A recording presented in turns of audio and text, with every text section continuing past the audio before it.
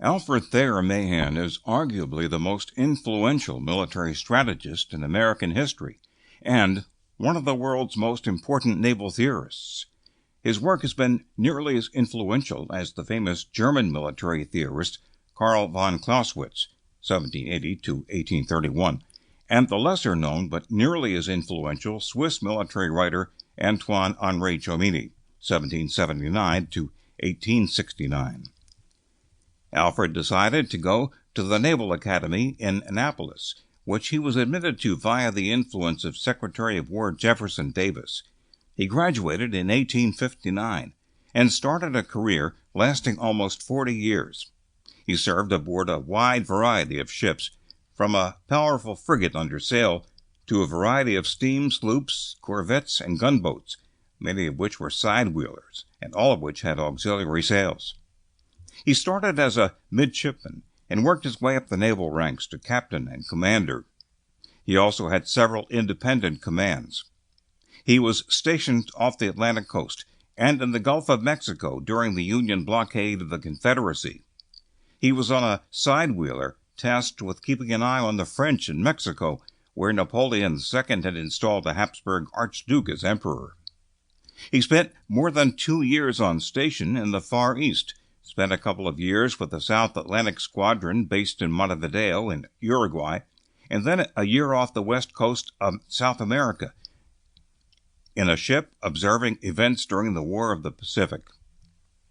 After a lengthy naval career, Mahan had assignments at the Naval Academy and the Brooklyn Naval Yard. He was invited to lecture at the Naval War College, and it was there that he collected together his notes and wrote a book, The Influence of Naval Power Upon History, which somehow became an international bestseller in 1890. His book resulted in an invitation to dine with the Queen in Britain.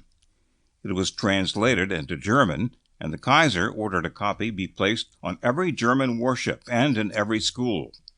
It was translated into Japanese and became required reading for every officer of the Imperial Japanese Navy.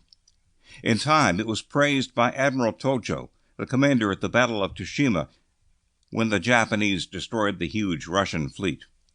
The British were almost as enthusiastic, although the French were less enchanted. Mahan went on to write 20 books and hundreds of essays and articles.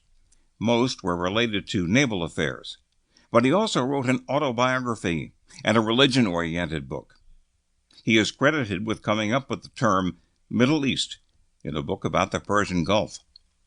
It was in Lima, Peru, where he was sitting in an overstuffed chair in a library full of books in English, reading a German historian's account of Hannibal's invasion of Rome, that he had his moment of inspiration. In that odd setting, Mahan, the naval officer, began turning into the world-renowned naval strategist. Mahan's theories of the necessity of a powerful big gun fleet were used in Germany to justify the huge German naval construction program before the First World War, and his theories were used in Japan in the infighting between the Army and Navy over military appropriations. The naval race between Britain and Germany was a principal cause of that war, and Mahan's ideas were important in the competition.